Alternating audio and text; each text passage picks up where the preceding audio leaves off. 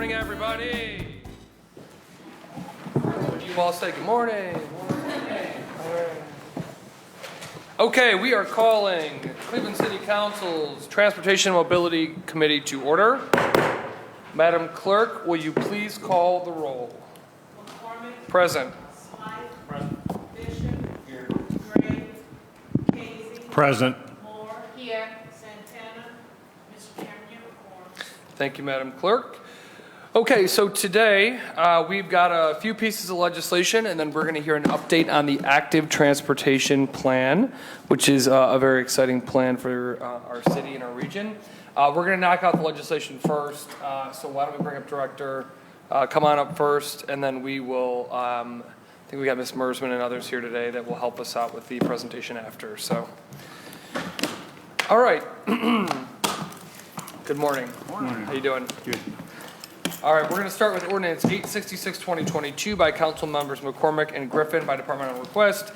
An emergency ordinance authorizing the Director of Port Control to enter into one or more contracts with the Impact Communications Company for professional services necessary to provide design, engineering, production, fabrication, delivery, and other necessary services for the Victor, not going to pronounce that one, Schreckengost sculpture, Time and Space, to be installed at Cleveland Hopkins International Airport for the Division of Airports, Department of Port Control. Director, talk to us about Victor Schreckengost. Thank you, Mr. Chairman. Good morning. First, I'm going to introduce our Assistant Commissioner of Operations Maintenance, Dejan Radoslavljevic, with me here today. He's my subject matter expert on many of these pieces. And so first we'll talk about the Victor Schreckengost. This is a piece of art by a local. Victor Schreckengost is actually a local artist. The Department of Port Control owns this piece of art. It's been in storage for several years, and we are now moving forward with a contract to get it out of storage and reinstall it at the airport in a very prominent location. I can share with you a quick Would you please? Thank you. image of what the Schreckengost itself looks like. If you want to pass down a couple more. Let me save one here, sorry. And so the legislation we're seeking here today is to go out for a contract to hire a company, a professional company, to reinstall our piece of art that we have.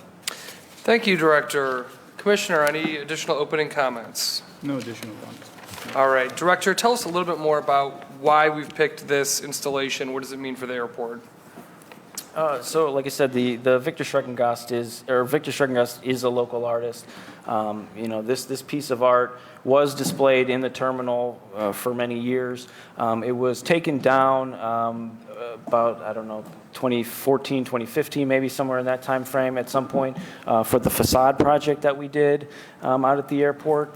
And ever since then, it has been not up. And so we feel it's a very important piece of art that should be displayed at the airport. It's kind of a part of our history and a local connection, and it's a very beautiful piece of art that we'd like to display for our passengers and customers and everyone coming through at the airport. Thank you, and I will just add that I do have a little bit of familiarity with the artist. If you're on MLK at 105th looking at the back of the Natural History Museum, and there's the elephants, he did those elephants as well. So there's different artwork of his around town. Are there any questions from the committee? I got a question. Councilman Casey. Mr. Chairman, to the director, what's the meaning behind this piece of art? What are these symbols for? What's the story behind this actual piece? Through the chairman to the council person, I do not have that information. Anybody? Time and space is the theory and concept of it, and I can certainly follow up with some more background information on the piece itself if you'd like. If you could, please. Yep, no problem. Thank you, and please send that through our folks. Maybe Antilly? Brooke? Somebody? We're losing Ann, which is a terribly depressing thing for this committee. But she's going on to bigger and brighter things, so we're excited for her as well. So, okay, Vice Chair Slife, questions, comments before we open it up on 866-2022? Nope. Any other additional questions on 866-2022? Hearing none, 866-2022 is approved. Please sign it.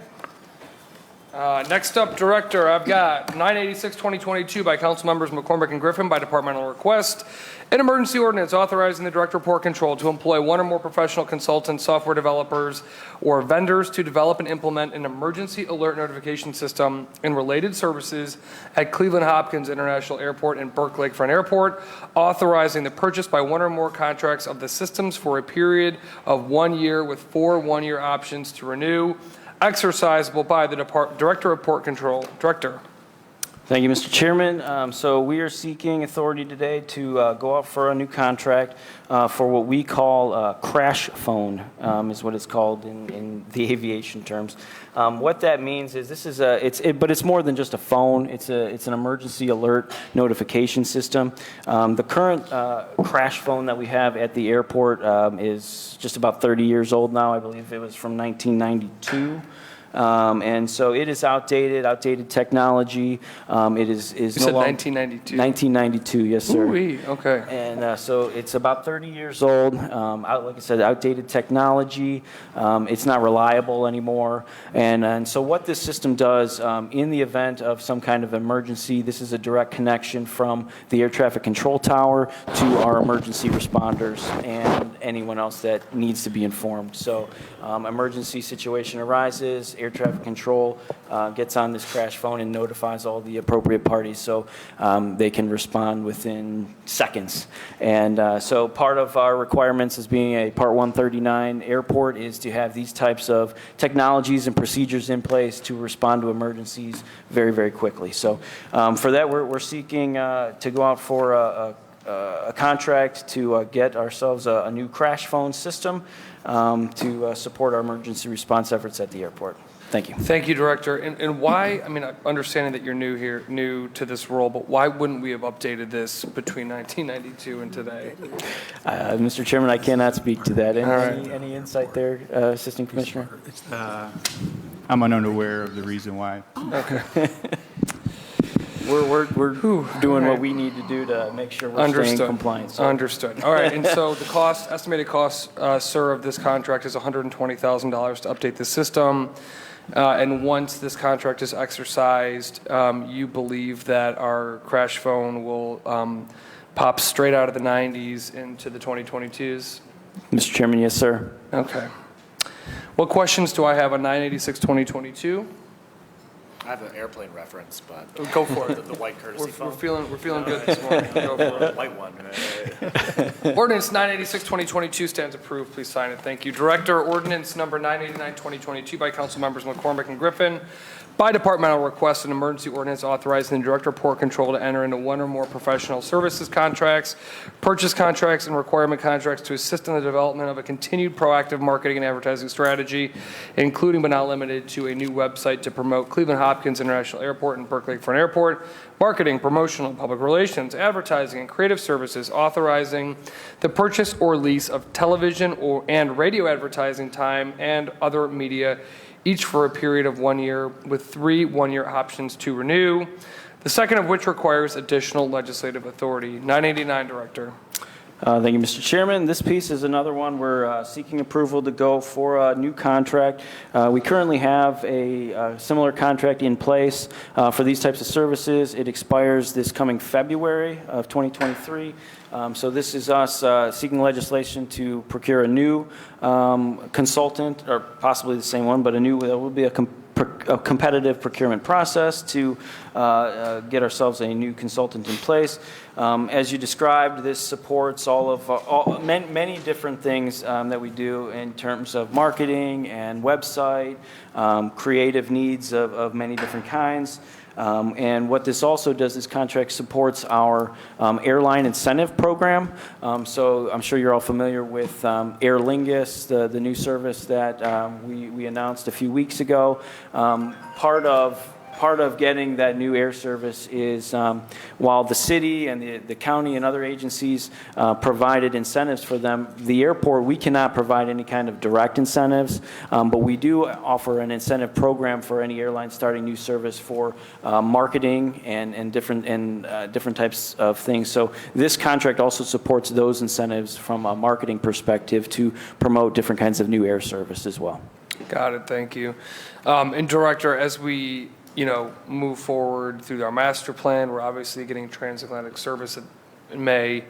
Does this outreach include an international scope? For example, if we're trying to increase our direct access from Europe and other places, are we ensuring that's baked into what they're doing? Yeah, Mr. Chairman, the scope of this contract will certainly include that. It's very broad to include a lot of different types of services for different types of air service, but also a lot of the outreach outreach is going to be very critical here in the very near future for the master plan type of stuff, more locally as well. Promoting the plan and having the support of a consultant like this will be critical to support implementation of the master plan. Thank you. And the consultants in place to implement that communications and marketing strategy, but you and your folks have a lot of influence in that, I would imagine? Yes, sir. We will obviously shape and mold what our consultant will be doing. Thank you. And currently we use Recess Creative, is that correct? Yes, Mr. Chairman, that's correct. Got it, but we're going to go out for competitive bid on this one? Yes, Mr. Chairman, that's correct. Okay. What questions do I have on 9/8/9/2022? Vice Chair Slife? Thank you, Mr. Chair. Just a clarification to the director, the $2 million anticipated cost is for the entire 4-year period. It's $500,000 a year? No, sir. We're anticipating the first year of the contract will actually be $1.15 million. Okay. But based on the incentive programs over the coming years, it could be up to $2 million need for this contract in subsequent years. We're anticipating the first year needing $1.15 million, which will support the creative efforts and the airline incentive program that we've designed for 2023. Okay, thank you. But and then just as a follow-up, but it's $2 million over the 4 years. It's not $2 million per year or anything like that. No, sir. $2 million It could is be the up to total. $2 million per year. So we're authorizing $2 million a year, but you don't have to spend to that level. Is that correct? Yes, Mr. Chairman, that's correct. Okay, thank you for that clarification. Additional questions on 9/8/9/2022? I have someone just sneezing. You do have a question? Councilman Maurer. Okay, go ahead. Both are happening. Just briefly, I noted that there's the $2 million anticipated cost in the summary, but I wanted to confirm that I was reading correctly that the $2 million anticipated cost or possibly cap on the contract overall, is that currently not included in the legislative language? I don't see it in here. Through the chair. Through the chairman to the councilman or councilperson, give me a sec. Would be in the file. Is that what you're? But the file is part of the legislation. Through the chairman to the councilperson, it is not in the body of the legislation, no.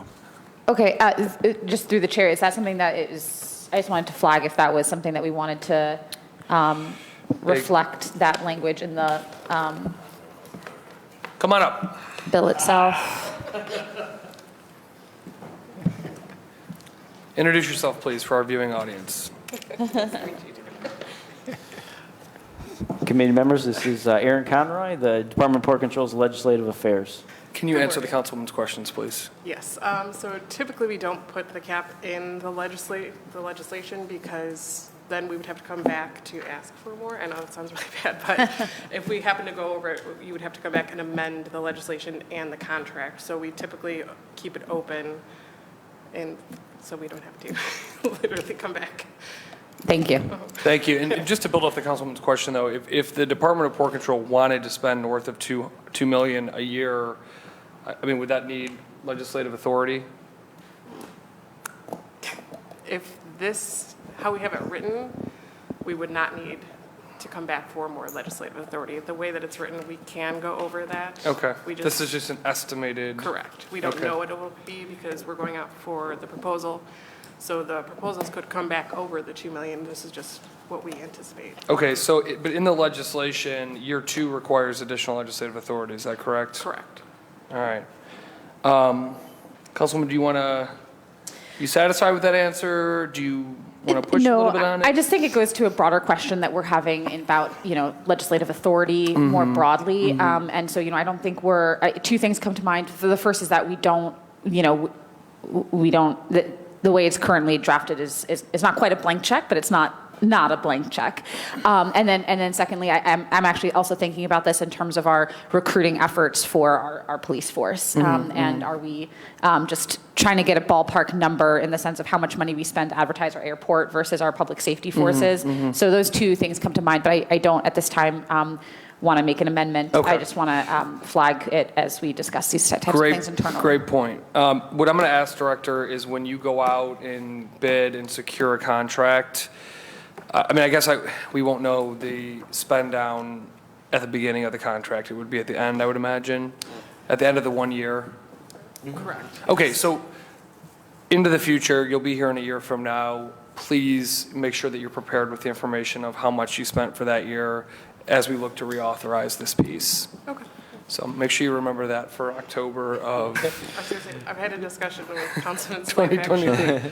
of maybe going over the contracts because, just what we do enter into, because it is a lengthy process, so you guys don't actually know who we enter into contracts with. So we've had some discussions Got on it. that. And so is this contract, is it billed kind of as you go, or will you know the total cost for year one when you enter into the contract? Yeah, so, Mr. Chairman, I can tell you, as of right now, our proposed budget for 2023, we have $1.15 million slated in our budget for it. Okay. So while the contract may allow us to go more than that, we're only slating $1.15 million our budget to even spend next year. But if they have a reason that the airport sees as important to exceed that, they'd be able to with your permission. Is that correct? Yes, Mr. Chairman, that's correct. All right. Additional questions on 989-2022? Okay, 989-2022 stands approved. You're welcome to stay with us if you'd like. Ordinance number 1038-2022 by Councilmembers McCormick and Griffin by departmental request. An emergency ordinance authorizing the Director of Port Control to enter into an amendment to contract number MA 1505 RC 2019-87 with Knockers Alpine Solutions LLC for the purchase of various FAA-approved dicing chemicals to provide a new provision to allow for modification of the unit prices of the products due to supply issues and rapidly fluctuating prices. Director, 1038. Mr. Chairman, members of the committee, so this one, as described, we're requesting authority to amend this contract based on current economic conditions, significant price increases of raw materials and other things have come about. And so we're requesting to amend this contract to get in line with, pricing out that it currently exists out there in the economy now for these types of products. We use multiple different types of de-icing chemicals to keep the runways and taxiways clear of ice and snow. And these chemicals are what we use, and they're the ones being affected by these economic conditions. There are multiple things. Our vendor has provided us, significant justification and information on why there have been these increases and unforeseen supply chain shortages and Texas freeze, multiple different other things. And so we're seeking approval to increase the contract amount here to associate those increase in raw materials and prices.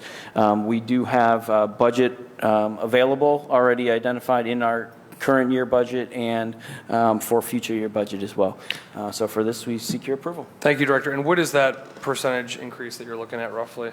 I will defer to the assistant. Mr. Chairman, 40 to 50%, I believe. Wow. Yeah. 60, but My One- gosh. Okay. Over what we originally anticipated with this ordinance. Correct.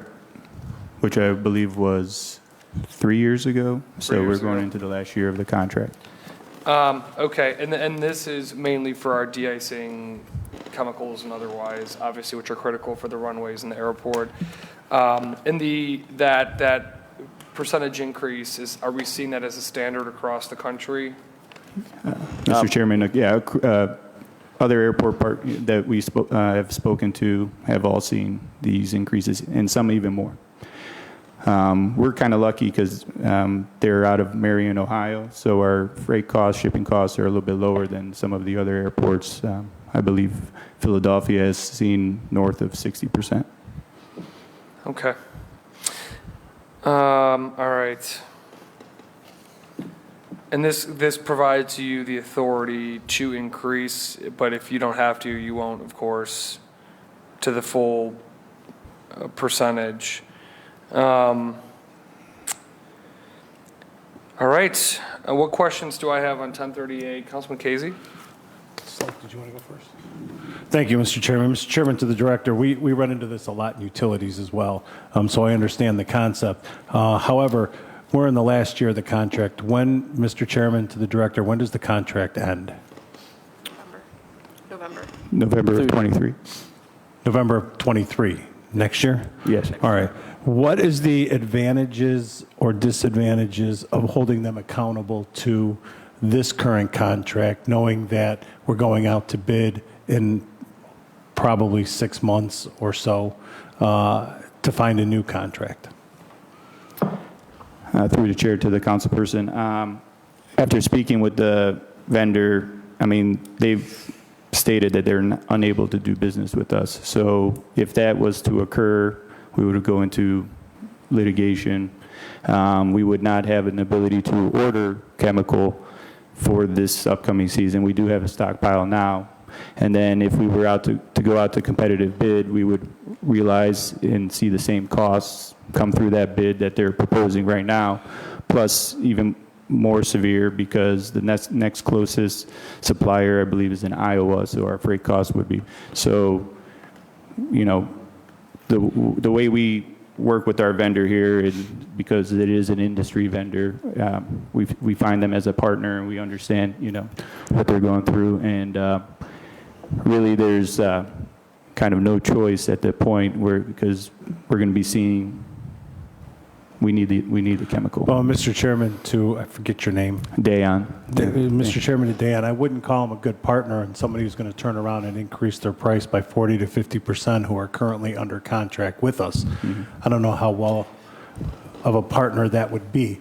How much, Mr. Chairman, to the director, how much is the current contract for, and how much do we owe on the current contract? Through the chairman of the council, I want to address one thing first too.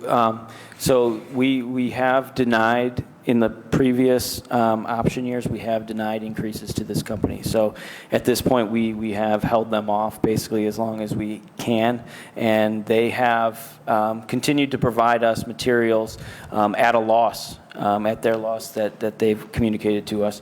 And so at this point now they've gotten to this final option year where they're saying, hey, we will no longer honor this contract because you've denied increases in the past already. And so to that end, they have been somewhat of a good partner to us in that regard, that they have worked with us up until this point, and now it's at the critical point where they can't, it doesn't make any kind of economical sense for them to continue to provide us materials.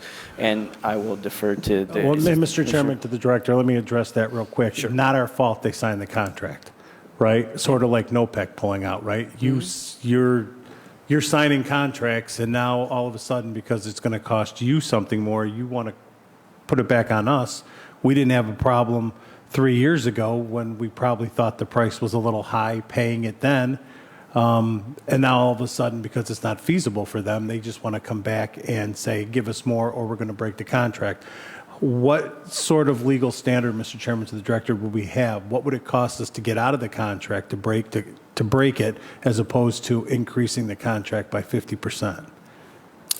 Through the chairman of the councilman, I'd have to do some research on, the legal costs associated with that. Our bigger issue at this point is having chemical available to us for this coming winter season, at the airport. And that's really the bind we're in this situation is making sure that we have those chemicals available for the operation. And Mr. Chairman, to the director, I'll ask again, do you know how much the contract is for? Go ahead. Through the chair to the councilperson, on an annual basis, obviously it's based on the season, but upwards to 1.5 million a year is what we're purchasing. So we again, that fluctuates based on the chemical usage. So the contract is for 1.5 million, what we have left on it? Through the chair to the councilperson, we don't, currently we don't owe anything to them.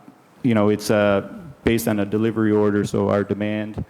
We do have, again, material on hand that can get us through possibly a few storms, and then we would order more. So. Mr. Chairman, in the executive summary, I don't see a price tag associated with Chair. this, nor do I see it in Go ahead. Okay. in the legislation. So it's a requirements contract, so there's nothing left on the contract. It's as you go. So right now, for the Alpine RF11 that we have, it is $4.23 a gallon is what that particular chemical is at. They're asking for an increase to $5.29 a gallon. For the sodium formate, that is at $1,310.85 for a short ton. They're asking to increase to $1,840 for a short ton. So there's a difference. So that's a pay-as-you-go, essentially. Correct. So we're changing the rates. Yes, sorry, this is my agreement. Right. Mr. Chairman, to the director, but we've already fulfilled our financial obligation in the contract that is up, right? The current contract that we're in, we've paid them, correct? Correct. We don't owe them any money. They don't have anything. We don't have any DOs open to them. We need, 100,000 pounds of something, then we would pay them. So we ask we do it. So how, Yeah. Mr. Chairman, to the director, how much was the original piece of legislation that we passed 3 years ago? How much was that for? Through the chairman of the councilman, correct me if I'm wrong, but I don't, because it was a requirements contract, I don't believe there Okay. was a set limit on it. All right, let me ask you this then. Mr. Chairman, to the director, how much have we spent under this current contract? Through the chairman to the councilperson, I don't have an exact number, but we can. Does anybody on your we- team here have the we exact can- number? Just like my paper. Yeah, we can, I don't think this will go back for 3 years. This is from 2019, 2020, and 2021. It shows how many gallons that we've purchased each year, and then I could do the math at $4. Yeah, I mean, we can and get so I you can that tell what we information, but. have. Before as the- finance, can you get us Yes, that yeah, we information certainly if you can. could? And then one last question, Mr. Chairman, to the director, how much do we have in storage right now? And I mean, if we have a heavy winter with a lot of de-icing that needs to be done, I mean, listen, nobody wants to not de-ice the planes, right? I'm not getting on a plane that's not de-iced. So how much do we have in storage that how long will it get us through if we have just the average normal winter? Commissioner? Through the chair to the councilperson, if we have a normal winter, we would be able to get through possibly a month or so. We usually go through about 450 tons of sodium formate, and I believe 190,000 gallons of potassium acetate, which is the liquid form. So we have 2 tanks full of, I believe we have 20,000 currently on hand of potassium acetate, and we'll probably have close to 60 tons of sodium formate. All right, Mr. Chairman, I'm going to be supportive of this because it's a safety issue, but we're dealing with this every day in utilities now, right? We're under contract with these companies, and everybody wants to blame the war, everybody wants to do this, nobody saw that coming, but in the meantime, I don't want to essentially say letting them out of contracts, but it's not our fault that they got into the contracts. We signed a contract with them. They should be obligated to fulfill that contract. And when that contract's up, that's what we have the bid process for, right? And then we'll learn later on. But in the meantime, it just seems like, now I see it in transportation, I'm seeing it in utilities all the time, that these companies are almost holding us hostage because we need the product. They agreed to a product at a certain amount, and now everybody's coming back to us saying, hey, it's not, I can't fulfill my contract. Eventually, at some point, the city's going to have to say, no, you're going to have to fulfill that contract, and we're going to have to stand. I don't know where it's going to be in transportation, utilities. I don't know how many other of these kind of contracts are around the city, but, eventually we're going to have to say, listen, you can't keep holding the city hostage on these requirement contracts that, that keep popping up. So again, I'm just trying to dig in like we do in utilities, and it just irks me that these companies, no matter who they are, under contract, and they don't want to fulfill their obligation because it's not financially feasible to them, right? I mean, go out of business. I don't know what to tell you. We'll find it in Iowa, right? I mean, at some point, we're going to have to just take a stand. Thank you very much, Mr. Chairman. Thank you, Councilman. Appreciate you bringing that up. Director, did you I want was to just going to respond say, through the chairman of the council person, I agree with your comments. Councilman Saleh. Thank you, and just following up with Councilman Casey's comment, and this isn't narrowly about port control, this is just kind of on this bigger issue. I think it would be good, Mr. Chair, for us as council to get a grasp of kind of what that litigation process would be, and quite frankly, the cost. I wonder if there's this perverse incentive that some of these outside entities have where they realize that they can breach a contract, pay for breach of contract, and still sell the product and come out with a net profit. So to the Councilman Casey's point, they're holding us hostage because they know that they can still make money on the backside anyway. So if that is the case, how are we structuring our contracts? What teeth do we have, and how do we try to cut that scenario off at the pass?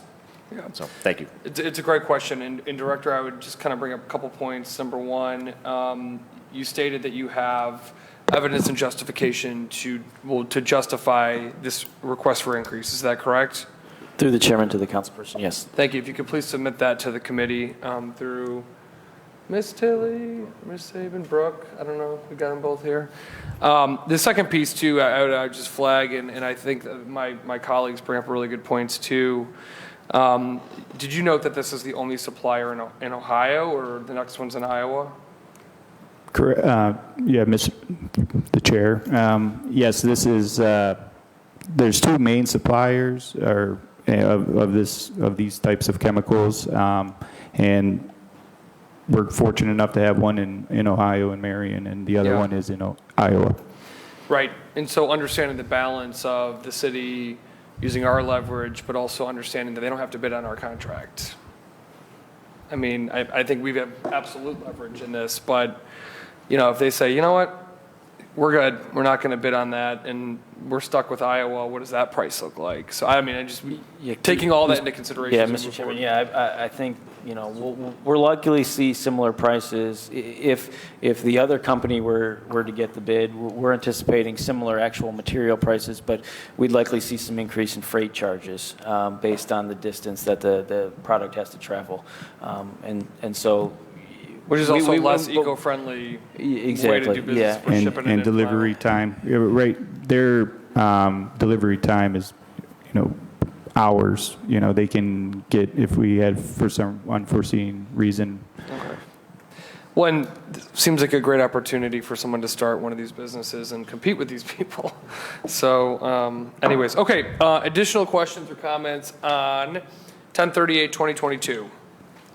Hearing none, 1038-2022 stands approved. Please sign it. Thank you, Director. I think we're done with you. Yes, sir. Have a great day. Same to you all. All right. If I could bring up all of our friends and family who are going to be presenting. Natoya, good morning. On the active transportation update.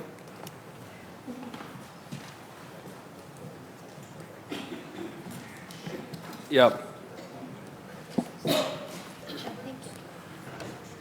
Yep, absolutely. All right, welcome. Thanks. Come on up.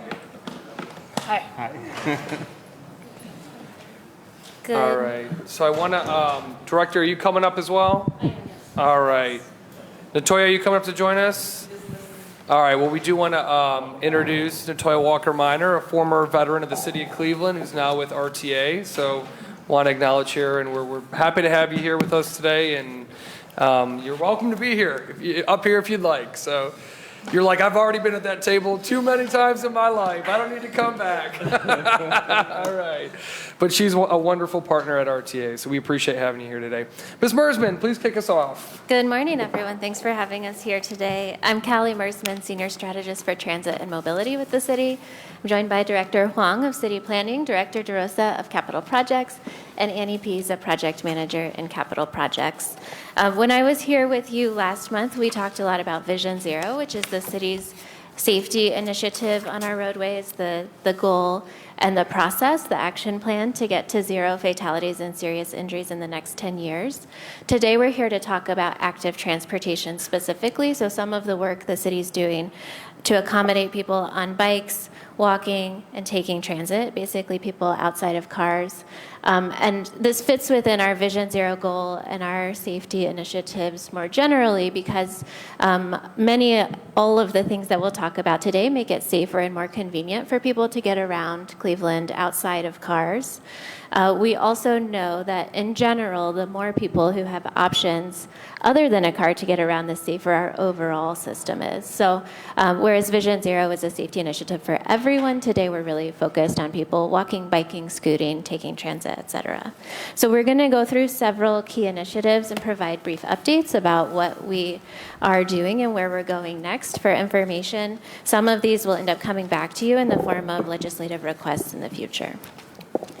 I'll pause for And this a is on our tablets, folks, if you're looking for it. I'll pause for a minute before we dive into the details to offer the directors an opportunity to make any remarks before we get started.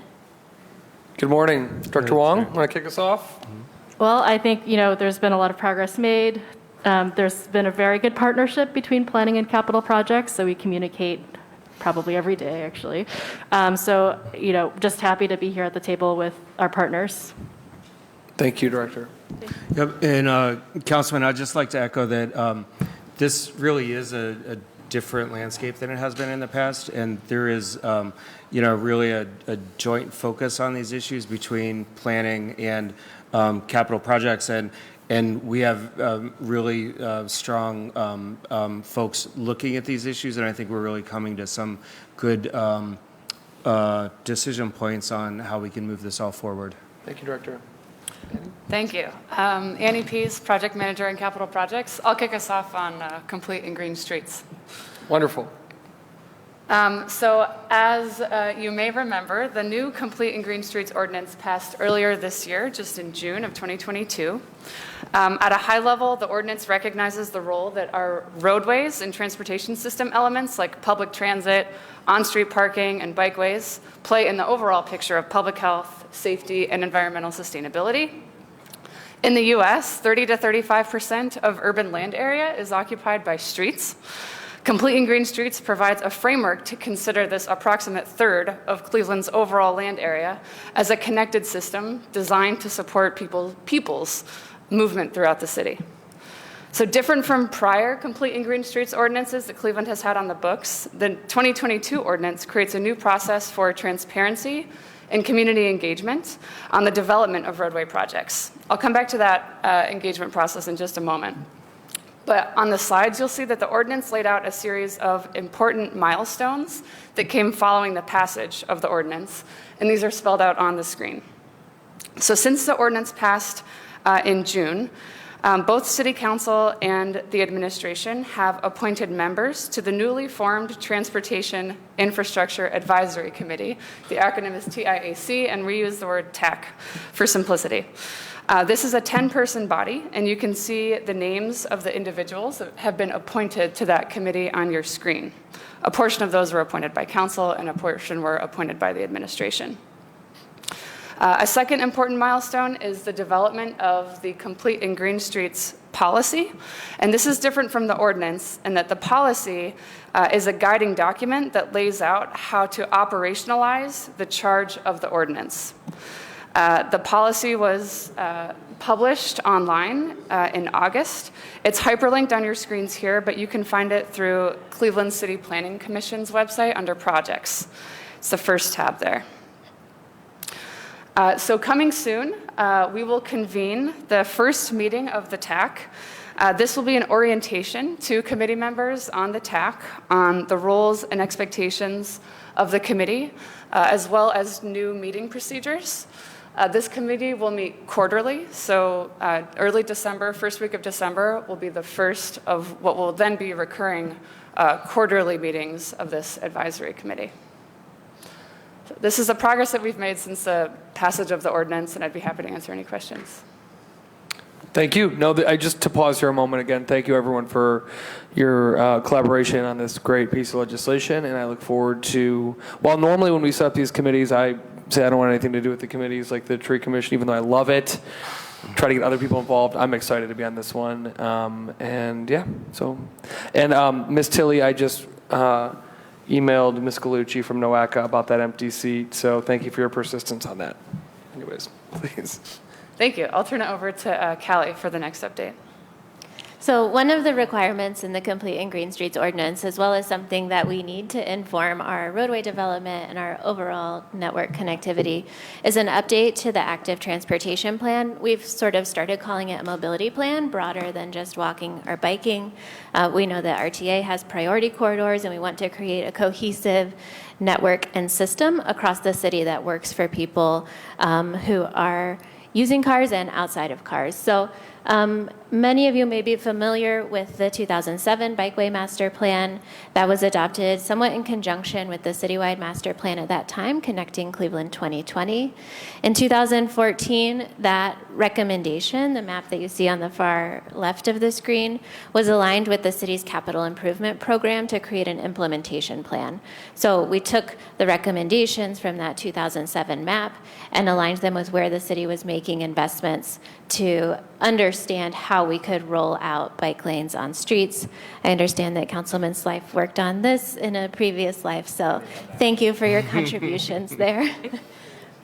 More recently, in 2018, Cuyahoga County led a Transportation for Livable Communities initiative planning process. TLCI is a program through NOACA, our metropolitan planning organization that funds regional planning initiatives. This Cuyahoga Greenways plan developed a county-wide bicycle and pedestrian network recommendation. That's the map on the far right of the screen. And so that looks at more regional connections between Cleveland and our neighboring suburbs and outside to the county to think about, like, what is our bike highway system across Cuyahoga County? So the Cuyahoga Greenways plan has been driven and continues to live through the regular meetings of a group called Cuyahoga Greenway Partners, of which the city is one party. Cuyahoga County Planning is part of that, Cleveland Metro Parks, RTA, et cetera, et cetera. So we are driving trail design and construction through that group. But basically, the Cuyahoga Greenways plan is relevant here because it is the most recent connected network vision that we have in Cleveland, recognizing that it's countywide, so it doesn't get into neighborhood detail. So taking all of these past plans, we are in a place where we need to and are required to by the ordinance that you passed in June to create an updated active transportation or mobility plan. We are drafting the scope of this plan right now, hope to have it out for proposals before the end of this year so that a planning consultant can be selected when we can start the process so that community engagement is lined up really nicely with spring and summer when a lot more people are out biking, walking, and scooting and can give input. The main elements that we're considering in the scope right now are an updated network. What do those bicycle connections look like, and what should they look like across the city, with a specific focus on the designation of an all ages and abilities network. This would be building on the Cuyahoga Greenways plan, looking at what neighborhood connections should be for people who want to take their kids out biking, to connect to many of our amenities and assets, or maybe older adults that just got an e-bike and are really jazzed to ride around town. You're talking about Councilman Slife? He fits both those categories, right? He's got his kids. So when we talk about all ages and abilities, this looks like trails, it looks like protected bike lanes, it looks like neighborhood greenways on very slow, calm residential streets, but really creating that connected network so that people on bikes know where to go and what their experience will be like. In addition to bicycle network recommendations in this plan, we're also looking at policies and programs that we want to recommend to implement, and taking that network recommendation and again, aligning it with our capital capacity with grants that we think will be available to understand how quickly we can implement this build out and what that will look like given our structure and processes. The final piece of the mobility plan scope that I want to highlight is something that has been discussed for the past couple of years as somewhat of a separate initiative. We're going to fold into this planning process to streamline contracting and have it be cohesive with our mobility plan. This is a Midway identity guide. So many of you may be familiar with the idea of a Midway network. Annie's going to talk about it in a lot more detail coming up next. But the idea of a Midway is a separated bikeway network that spans across the city of Cleveland. There was a feasibility study completed, another TLCI process in 2018 or so that identified which roadways are wide enough to fit midways. But there has been this vision shared between the city and city leaders as well as neighborhood leaders and stakeholders of a unified protected bikeway network across the city. We want to be sure that as those pieces are being built, which again, Annie is about to talk about, some key parts of that they look and feel the same, that there's a cohesive identity and branding to go along with that. And so the final component of this plan scope will be specifically focused at what does the Midway network mean? Like which lines on our map does that include? What are the aesthetic treatments as those pieces are built out so that they're complementary and look similar no matter where you are on that network across the city? And there's a wayfinding component as well. The Cuyahoga Greenway Partners have created, in partnership with Metro Parks in the city, a general wayfinding template for trails. So that was piloted on the Lakefront West Trail. Out on the Shoreway, you may have seen those trail They're signs. awesome. Yeah. And we're working to follow that same standard across Metro Parks trails, city trails, all the way out across Cuyahoga County so that, again, users have this unified experience. They know what they're looking for and what to do. So that's a quick overview. Again, we're working on finalizing that scope right now to go into a request for proposals, and that should be on the street before the end of this year. Thank you. And I'll just pause for a moment and say that I so appreciate the lakefront signage. It is user-friendly and clear and simple. When you are riding a bike or when you're jogging, we fall into this mistake so often of making them busy and fancy and what we think it's cute or whatever, but having just clear, concise signage where folks can navigate is, I think, very helpful. So, all right. Thank you. So to follow up on the Midway discussion, we have two projects to update the committee on today. The Superior Midway is the pilot segment for the city's citywide Midway network. Callie mentioned the 2017 Midway Plan, TLCI. This plan really asked the question, looked at Cleveland Street Network, and acknowledged that so many of our streets were built to accommodate streetcars and have this really wide right-of-way. And it really asked the question, how can we adapt our streets for a 21st century use? Thinking about how in the time those streets were designed, users were different, the volume of people using the street was different. Today our population and how we get around is different, and our street should reflect that. So the Midway Plan really started by looking at the street network and which types of facilities can we fit on different types of streets. So this network was identified, and Superior Avenue between Public Square and East 55th was identified as the pilot corridor. This is 2.5 miles of street. It's primarily commercial, with commercial, light industrial, and residential side streets adjacent. It spans 3 wards, Ward 10, Ward 7, and Ward 3. The renderings on this slide depict what a typical Midway segment could look like when the Midway is running through the center of the street.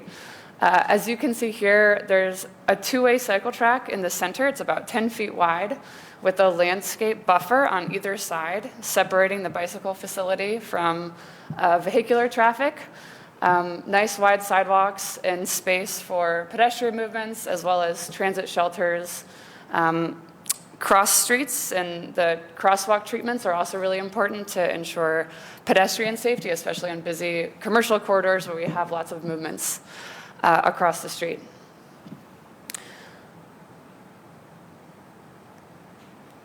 With the Superior Midway project, since 2017 and the plan identified Superior as the pilot segment, We have been busy fundraising for the full construction cost of the project. We've also done a feasibility study that really looked at safety and RTA operations alongside safety issues we should have as we're really finalizing the concept for what the Superior segment should look like. So that concept and feasibility exploration went through 2020. At the same time, we were raising funds for the project. The overall cost for the Superior segment is $24 million through construction. It's a little over $24 million through construction, but that includes design. At this point, we have received we've secured grant funding, all the leverage financing that we have for the projects. We still need to commit our local match funding to reach the overall $24.5 million cost going forward. But this grant funding puts us in a good position to begin design. We've been going through a process this year. Since we're using grant funds to do the design, they're a federal funding source. We have a procedure to onboard our design consultant. That process takes about a year. There's a consultant, there's the Ohio Department of Transportation, and there's the city that we're navigating the contract with. So that is well underway. It's been underway this year. And at the beginning of 2023, in the first quarter, we'll be able to start detailed design and engineering for the Superior section. 1 second, Councilwoman Moore, point. Yeah, just briefly, I was wondering if you could share some of the who has funded the grants for this stage so far. And what's the match? Thank you, Chair. Absolutely. Sure. She has come prepared. All right. So the most significant amount of grant funding for the Superior Midway has come through the Congestion Mitigation and Air Quality Program. CMAQ is the acronym. It's a federal funding source, and that source is administered by our MPO through NOACA. So NOACA has been a huge partner in helping us secure the appropriate funding. We have approximately $5 million in local match. There's always a 20-80% split on the local commitment and the federal commitment for these funding sources. And that will need to be committed in the years as we're approaching construction. So to match the design spend and the construction spend. Great, and I actually don't know much about that funding source, so I'm interested to hear. So they fund it, but they don't expect the money to be spent for a number of years while you secure local funding, essentially. Is that correct, through the chair? That's correct. The funding sources, I don't know the details of CMAQ off the top of my head, but the grant was administered sequentially, knowing that that wasn't the full amount needed to advance. And usually NOACA has funding cycles too, where they'll release it a couple years out or whatever it might be. Director, do you want to add anything to that briefly?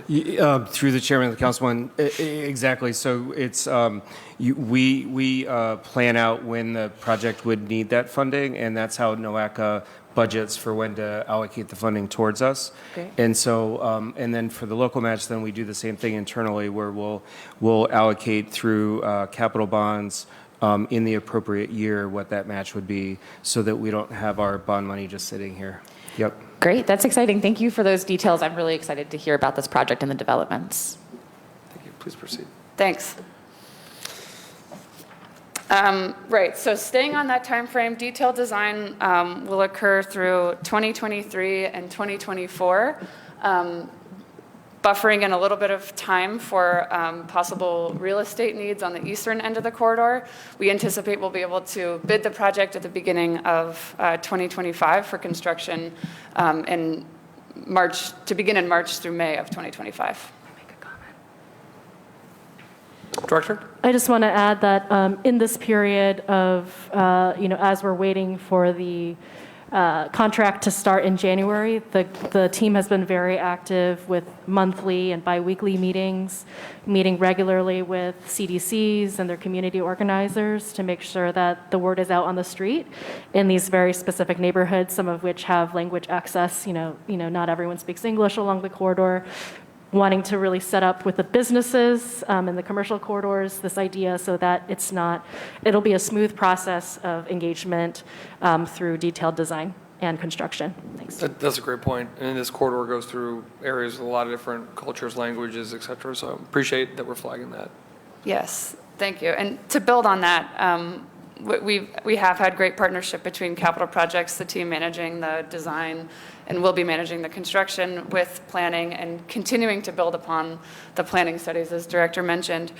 We also have a project website. It's midwaycle.org, which has some history on the project, some of the more details on the funding, as well as the timeline going forward. There's also a spot there where individuals, residents interested in project development could put in their name and contact information.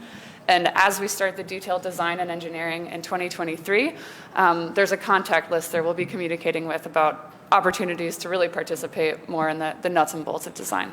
Thank you. So I will be on my bike riding from East 55th in the summer of 25, hopefully. Fast. Start in 25. Starts in 25. All right, 26 then. Party at Goldhorn 2026. Okay, Director. All right, thank you. Please We're proceed. going as fast as the timeline. I understand that. We're just all eager to get on the Midway, that's all. All right, great. Any other questions? I'll advance to the next project. Okay. All right, so our next project is, you may be familiar with this project as the Lorraine Avenue Cycle Track. Through consultation with stakeholders, we're changing the name of this project to the Lorraine Avenue Midway. Planning for this project dates back to 2011 with a series of more neighborhood-based, commercial corridor-based planning studies focused on Lorraine. Launch Lorraine and Living Lorraine were two kind of back-to-back studies in that time area. These informed the Midway Cycle Track Plan that we talked about more in detail with the previous project, and were considered as part of the Midway Cycle Track Plan and recommended locations. Lorraine was identified as a suitable candidate for a separated bike facility, but it looks a little bit different than the layout that we talked about on Superior. So the project area for Lorraine is 1.8 miles along Lorraine from West 65th on the western end to West 20th on the eastern end. This corridor is primarily mixed use, a mix of commercial and residential uses with primarily residential side streets.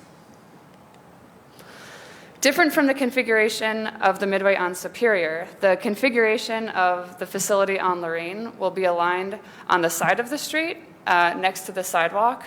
A more detailed look at design showed that a sidewalk level facility is important there, and on certain sections of the street, the need to have a multi-purpose path instead of a cycle track for safety reasons and signal configuration reasons is the recommended treatment there.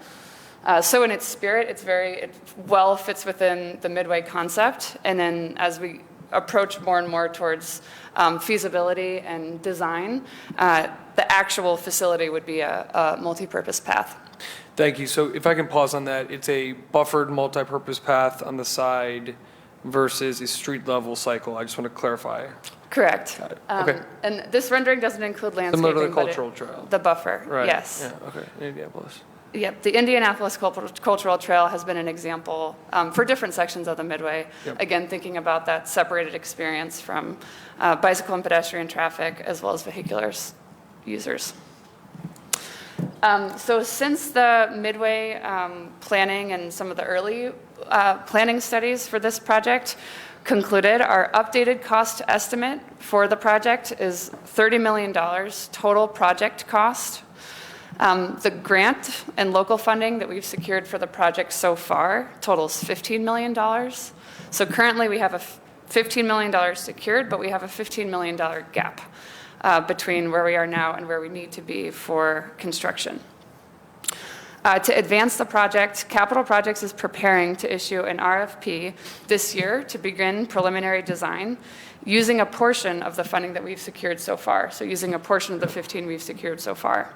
And I just want to pause you there. I want to recognize Director, and what is your title? I know you was Annie. What is your project coordinator? Coordinator piece, but really that's a change in policy because what they used to do is wait till they had all the money and then go out, and this way they're saying, let's get the plans going so that we can go out and say, hey, we got a real project to raise more money. But I mean, these are you'll be able to go from Zone Rec to East 55th on safe infrastructure, which is really exciting. So director, that RFP is this year before the new year? Mr. Chairman, so you're going to see before council very soon 2 pieces of legislation. One is going to be for the Lorraine Midway and one is for the Superior Midway. And the Lorraine Midway legislation will authorize us to put out that RFP for design services. Utilizing the existing $15 million pot. Yep. Is that correct? Okay. Yep, exactly. So while the RFP may not quite be out this year, this legislation will be at committee soon, and that's the first step of getting that RFP out. And do we have an idea of when that RFP will go out? It could be at the very end of the year. It could be January. It's But coming end of the year soon. or very beginning of next? Yep. Okay. Yep, for sure. And then, I don't know which director to look at for this one, but the connector loop, do we have an update on that? Throwing the ball in the air. I will take a stab at it. We do have the preliminary engineering and the cost for the loop. And so at this point, it's a matter of raising the funds. Okay. And are we looking at, we had met on site a couple years back about kind of not the Cadillac version, but the Chevy, where you could look at some paint and some delineators. Are we looking at the Chevy or the Cadillac? Or I can both? jump on that. To the chairman, so yes, so the Loop project is an on-road facility to connect the Detroit Superior Bridge and the Lorraine Carnegie Bridge along Huron and Ontario. There's been a large community push for the city to pursue this, a real grassroots efforts from users in the area. It's an exciting project because the way that the sidewalks in the street are configured, we do have space on the street. The volumes don't support needing the current lanes that are along Huron and Ontario. We can allocate the curb lane to a facility for cyclists, and there's a sidewalk, an existing sidewalk for pedestrians. Councilman asked about the treatment and how this might compare.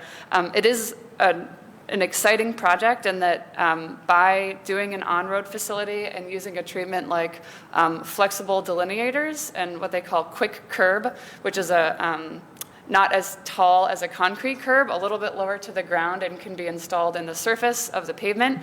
Between that and flexible delineators, the overall project cost is in the $550,000 to $600,000 range.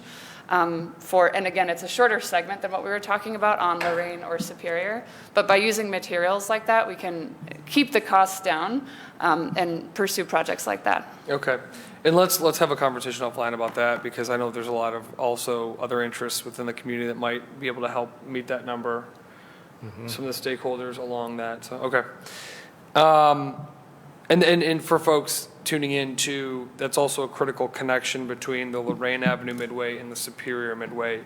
If you wanted to travel the whole system, the missing piece would be that connector to get you on the Superior bike lane into Public Square and then to the Superior Midway.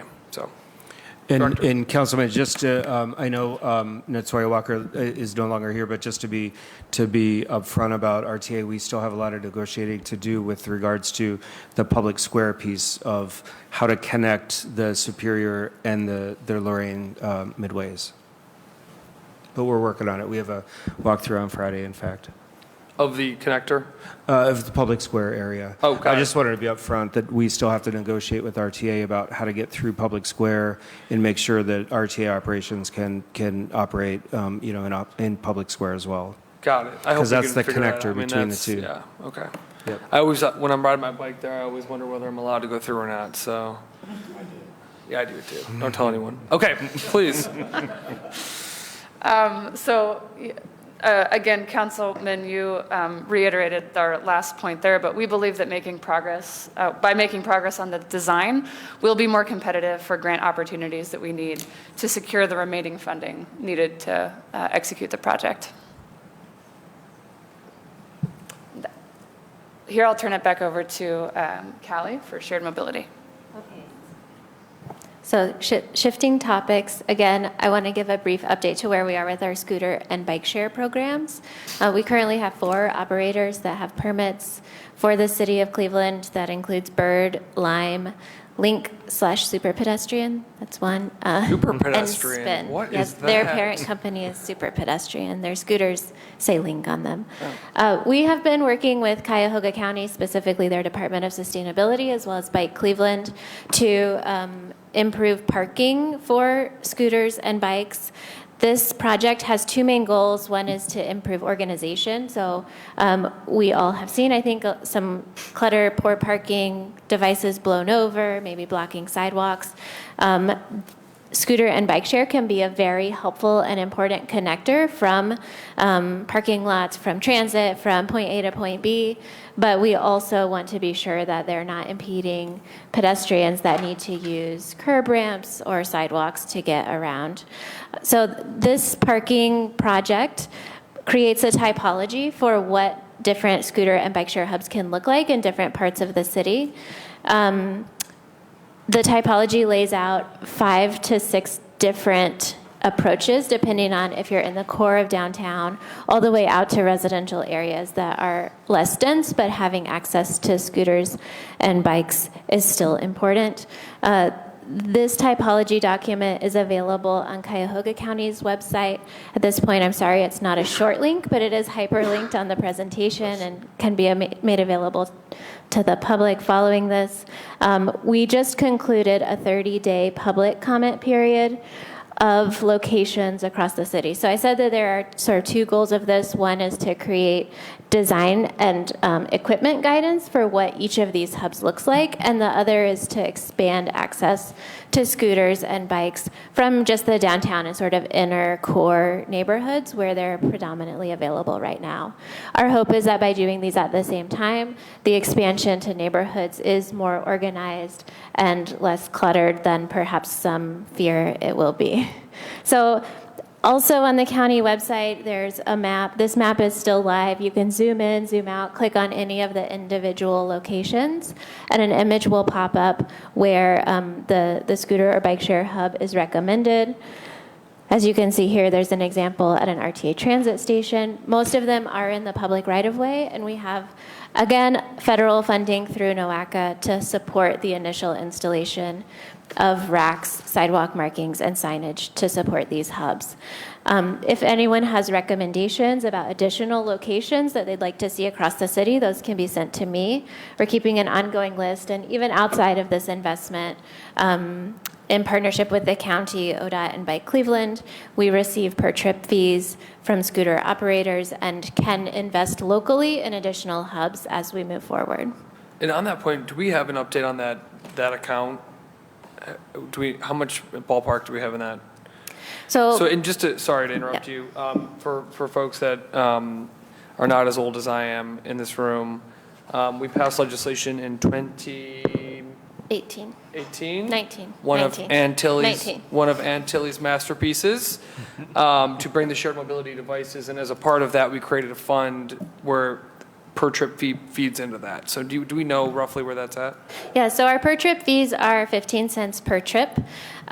We invoice the companies on a regular basis, and so that balance is kind of always accruing. At this point, we're a little bit over $100,000. We have paid out from that to support a data management software license that allows us to keep an eye on compliance and where scooters are.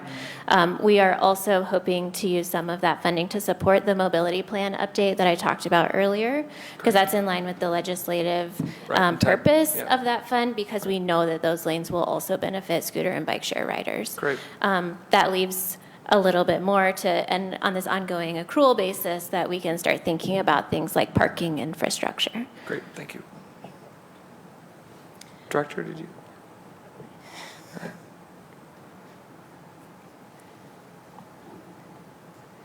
All right, so that is the sort of scooter and bike share parking update. We also wanted to share a little bit about grant updates, both that we have pending that have been submitted and we're waiting to hear back from, as well as upcoming grants. As I think we all know, there are quite a bit of discretionary funding opportunities that were created through the bipartisan infrastructure law that are available to local governments like us. And many of them are aligned with our local priorities, fortunately, including Vision Zero, Complete Streets, connecting communities across the interstate, et cetera. So as a quick recap of what we have submitted for so far, and I will say too that these grants are being rolled out for the first time this summer through the fall and into next year. The bipartisan infrastructure law is a 5-year funding bill, and so the majority of these grants are available on annual cycles for the next 5 years. Each one sort of has specific timelines about when funds will be received and must be expended by, but in general, we are pursuing opportunities as we can this year and also hoping to learn from and create applications that we may submit in future years as well, given that many of these are new funding sources. The first one we want to share with you is the Safe Streets and Roads for All grant opportunity. This was due in mid-September and is essentially a Vision Zero grant opportunity through the federal government. This grant sets up both planning funds and implementation funds. Because we adopted our Vision Zero action plan in early September, Cleveland was eligible to apply for implementation funding. These funds you can spend over the course of 5 years, and so we submitted a total project request of $16 million over the next 5 years to make many of those key safety enhancements, as well as increase local capacity in terms of staffing and communications. We should be hearing back about that in early 2023. The second grant we want to share with you is called Reconnecting Communities. I'm going to defer to Director Huang and Annie here. This grant generally supports bridging gaps caused by interstate construction between neighborhoods and looks to knit these communities back together. And I'll yield the floor. Sure. So the Reconnecting Communities grant opportunity is a grant for planning to take a look at the I-90 interstate between the East 22nd Street Bridge, which is the connection between downtown and Central, all the way up through MLK. So if you can imagine that it follows I-90 up north and then kind of along Lake Erie. And, so many of those communities have received harm from the demolition and the infrastructure that really kind of separated the lands in the neighborhoods. And so, our goal here is to take a look at, given that there are limitations in the number of caps we can strategically plan for or invest in, where are those key connection points that would reunite communities together, so that being communities from downtown to Central, Asiatown, Midtown, St. Clair Superior, also along the lakefront, given that the Cheers project will be a massive investment, connecting people to that economic opportunity and that green space. So we have actually been doing this with many partners, and we've been actually collaborating with ODOT on this particular opportunity in a way where they are encouraged to see that there is a partnership here to see how we can better reconnect across this infrastructure that has historically divided and prevented opportunity. So we're really pumped about it. I will turn things over to Annie, who really sort of spearheaded the whole effort. Thanks. Thank you. Thanks.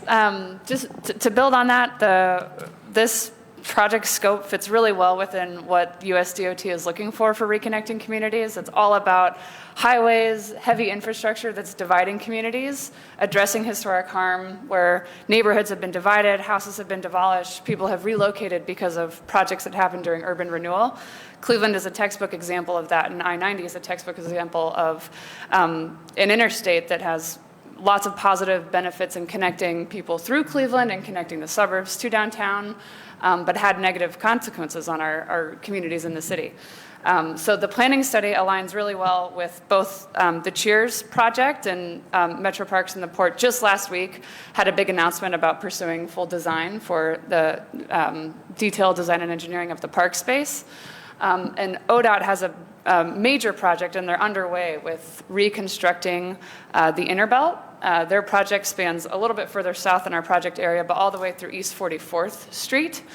ODOT provided a letter of support for our application and is very enthusiastic about the early planning, if awarded, that we'd be able to do to really hone in and identify key nodes where interventions like better tunnels for pedestrian access or expanded bridge capping would create better land area, better land use, and mitigate the negative impact that I-90 has on adjacent neighborhoods. Thank you. The next grant that we recently submitted is a TLCI implementation grant. This is not a source that is part of the bipartisan infrastructure law. This is a NOACA program that we've referenced a couple times now. There annually are funds available for implementation of plans recommended through a TLCI planning study. We have an existing TLCI planning study for East 140th Street. And this year, we submitted an application for $500,000 to add multimodal project elements to the East 140th Street reconstruction project. We also wanted to share a little bit of information about grant opportunities that are coming up in the future that we're working on now. The first is a nonprofit technical assistance opportunity called City Thread AMP, which stands for Accelerated Mobility Playbook. We're pursuing this grant, which is due at the end of October in partnership with Bike Cleveland. And this will fold into the mobility plan that I talked about earlier. This is a process review and capacity assessment that really focuses on rapid implementation of bike networks across the city. So we are hoping that we're selected for that technical assistance. We think it will add a great component to that policy and practice element of our mobility plan update. The second is SMART grants, again, one of these bipartisan infrastructure law discretionary grant opportunities. SMART stands for Strengthening Mobility and Revolutionizing Transportation. This is about how technology can make our transportation system safer and more efficient to navigate. We are in brainstorming conversations right now with RTA and hope to bring other partners on board. So if any of you know stakeholders or partners that are especially attuned to transportation-related technology developments, we would love to have them on our team. We're thinking about what a smart corridor approach looks like for the city and what we could learn through a grant opportunity. Again, this is sort of a phased grant, so this year funding is available for planning and prototyping. There will be a stage 2 opportunity that opens in the future to stage 1 awardees that is more on the implementation side that will open in future years as this 5-year program unfolds. And that's due in mid-November. The Consolidated Rail Infrastructure and Safety Improvement Grant has a cute acronym, CRISI. But the CRISI grant is due December 1st, and this is all about safety enhancements at rail crossings. We included this on a briefing. It's a little bit different from the other grants, but it's a needed safety improvement where the Norfolk Southern railroad tracks cross Bessemer Ave near East 87th Street. The grant will allow us to, and the ODOT identified this rail crossing as a high priority safety issue. So the grant will allow us to make the needed improvements that include a realignment of Bessemer and additional safety improvements at the Ackgrade rail crossing at this section, again due December 1st of this year. And then finally, a recently announced opportunity again from the federal government through bipartisan infrastructure law is a joint funding assistance called Thriving Communities between USDOT and the Department of Housing and Urban Development. This is focused on a consistent and combined approach to create affordable housing opportunities along with transportation and infrastructure investments.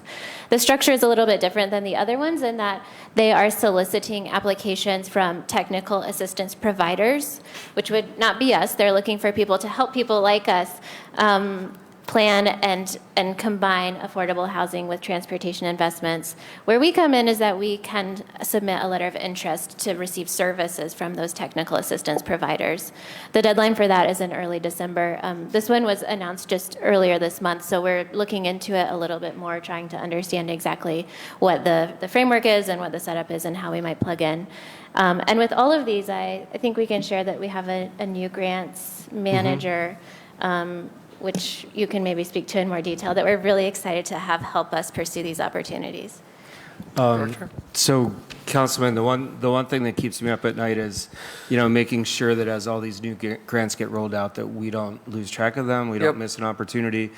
I can tell you and the members of this committee that we look at every single opportunity that comes along. So, the appropriate staff analyzes it and determines which ones we can apply for, which ones we fall into the sweet spot for, and we put in the time and the resources to get these in. They're not easy applications. They take a lot of time. They're very detailed, but I guarantee you that we're doing a great job of getting these in. The BIB administration is also putting staff resources specifically through a new hire for grants coordination at the city, and primarily it's a person focused on infrastructure-related grants. Public safety has their own grants coordinator. Community development and different organizations have focuses on lead and whatnot, but this is really assistance for planning, capital projects, economic development, community development, but as it relates to infrastructure, because these are coming out fast and furious. So his name is Clifford Hill. He started maybe 3 or so weeks ago, within the last month. And so with that additional staff and what we already have rolling, I think that, hopefully we'll be successful in some of these grants. And you've heard me say at this table before, we can't do all of the great things we want to do with just our own money. So we're really going after these aggressively and keeping our fingers crossed that we get some additional money in. Director, we want to spend as little of our own money as possible. So as many federal, state grants we can bring in, the better. So I'm glad to hear that we've added capacity there. That will pay for itself many, many, many times over. Yes. So that concludes the general updates that we wanted to share with you today. I also, if it's okay, would just like to thank Anne for her investment and involvement in many of these projects. And we're really grateful she's not going too far away, but thank you for all you've done for transportation and mobility. And we're happy to take any questions. No, and I appreciate that. And we will, this is Ann Tilley's last Transportation Mobility Committee, and I will take, as the chair, I'll take a moment of personal privilege, to thank her as well. She, few people know this, but she started as an intern in the Ward 3 office, and then came to me one day and said, kind of nervously, like, I have an opportunity to take a full-time position. I'm like, go, do it, so, but as an intern and then later as a staff person, she's wrote, complete streets, shared mobility, all these pieces of legislation, I know that when I was a younger person, I wasn't doing that, so I don't, she really took a leadership role, and her fingers are all over a lot of this mobility and policy work that the city's advanced over the past few years, and had no reticence to just dive in and do the work and get it done. And so I do really will recognize her here, but recognize Anne for her tremendous work, from everything from answering the Ward 3 phone and dealing with my nonsense to crafting policy for the city of Cleveland. Really, really impressive run here at City Council. So we want to acknowledge and embarrass you and say a lot of great things about the work you've done. So. Before I jump into questions on the presentation, would anyone else like to embarrass Ann Tilley with nice remarks? Okay, I think I've done it enough. Well, thank you for this presentation. Appreciate it. And I would just ask for the communications team watching too, if we could get this presentation up on City Council's website under the Transportation Committee so folks can access it there. This was a very thorough presentation, so really appreciate these updates. Really interested in the ways that we advance a mobility plan to ensure that, we know that a robust mobility plan not only helps, Charles get to downtown on his bike, but is an issue of environmental justice. It's an issue of economic development. It's an issue of economic justice as well. We know that folks that have safe abilities to navigate the city outside of a vehicle that costs about $9,000 a year to maintain and own is an issue of equity as well. So I'm just really thankful for the administration, and you guys have leaned in on these issues, especially as of recently, to really, say that we're going to prioritize this. This is an issue for our entire city, our entire community, and it's got a tremendous amount of benefits. So I will just say that, we had Callie in this space for years, but, this department wasn't as much in the space, and so it's really good to see, not only our planning department, which has been a great partner for years, but a citywide approach to this work. So it's really great to see that, and I really appreciated this update. My only question before I hand it over to my vice chair, what's the feedback been on the speed hump program so far? So far, so good. Okay. It's one of the most universally positive feedback programs that we have done to date. We will be, in the next couple of weeks, putting out a survey, especially for residents that live right adjacent to those, to make sure we understand what their experience is like and if there are any unintended consequences or experiences. We're also coming into winter now. Seems like it's the bad weather has come a little earlier than usual, and so maintenance of those and what that experience is like for our service providers is another piece of the pilot. So we're keeping tabs on those things, and are still on target for early 2023 with sort of a citywide approach informed by the results of the pilot. Thank you. And I'll just say I had the honor of hanging out in Councilman Gray's ward for the installation of the first one, and a gentleman who lived on a street drove over it and rolled his window down, and he said, "I don't know whose idea this was, but it was a good one," and kept pulled into his driveway. So it was good to hear that immediate feedback from a neighborhood resident who lived on the street. So appreciate that. Okay, I've got Councilman Slife and then Casey. Vice Chair Slife. All right, and I'm setting my timer because I have a tendency to talk too much. So I've some questions and reactions, and then just kind of thoughts. So if when there are questions, if you could just kind of keep it brief.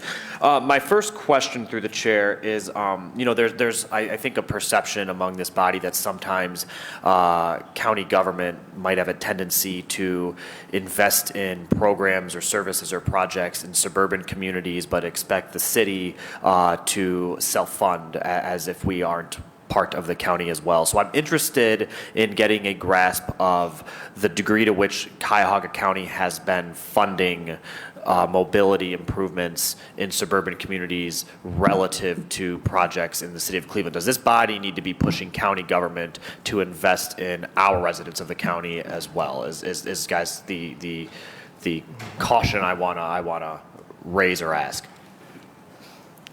I can start with what I know. Director DeRosa may be able to speak to more of the capital roadway project side, but this may be a longer conversation as well. The county did invest in our Vision Zero action planning process and helped support financially that. I mentioned that we are partnered very closely with them on the shared mobility program. So the city's permitting regulations helped inform what the policy structure looks like outside of the city. So there's consistency for users and operators. And we are partnering on the parking study, for which the county paid for the consultant to provide the parking typology and manage that process for all of the communities in Cuyahoga County. I know that we have been in conversations with the Department of Public Works at the county about how to implement Cuyahoga Greenway plan connections, and so they are at the table for connections both within the city and outside of the city on that network, and specifically for county routes on our road network. They're a partner at the table for improvements on those, and do have a complete and Green Street priority similar about adding bicycle and pedestrian amenities.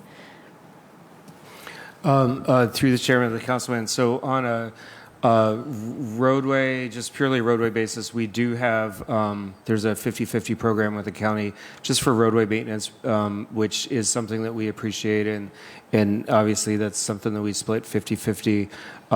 There are additional roadways that the county will take on as a county project that span different cities. That decreases the amount of money that the city of Cleveland would have to put in from 20% down to 10%. So when we're able to look at a project like that with the county, then that assists us as well with just putting our resources in other places. But specific to sort of the shared mobility concepts that we're speaking of today, really the main emphasis of the county has been on some of the sort of lakefront related connections that the county administrator has really focused on pushing into design and then into construction. And probably the two that I would highlight as being maybe more proximate to completion or getting into design would be the East 9th to East 55th Street connection along North Marginal Road. I think that whenever someone drives by, you can see people running and jogging on North Marginal all the time, but that's really not a pleasant roadway to be on, and they're really focused on getting that piece put together with assistance from the city and the Metro Parks. And then the other one would be Beulah Park, which is in Ward 8, just west of 156th Street. I think I got that right? And it's more of a trail connection and slope stabilization at the water's edge, similar to what Euclid did at Sims Park. And so it would be a trail connection that's sort of halfway up so that residents don't have a view shed block, and also you still get the connection to go all the way to where Lake Shore or Shore Acres is the roadway that would connect you back down to the lake. So those are two projects that the city that the county is putting in design money and then working towards implementation for construction. Okay, thank you for that. And that's great information.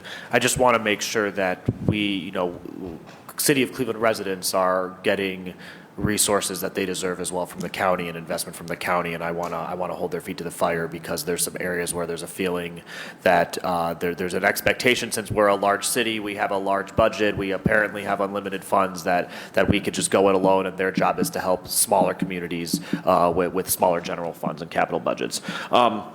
Some kind of rapid fire comments about midways and cycle tracks. One is that I do worry that when we move into implementation that we're going to have a tendency to overthink, and especially with Superior and the path being in the middle of the road and how do cars turn across it, and just observing especially Euclid and how we've signalized Euclid to account for the buses. It seems that people have a tendency to drive more erratically when we try to over signalize and over control. So I think that there's ample examples across the community where Metro Parks path is in the median, or in Shaker Heights where cars are having to turn and when there's railroad tracks, and not always wait for like a designated left turn if there's no train coming. I want us to make sure that we're not that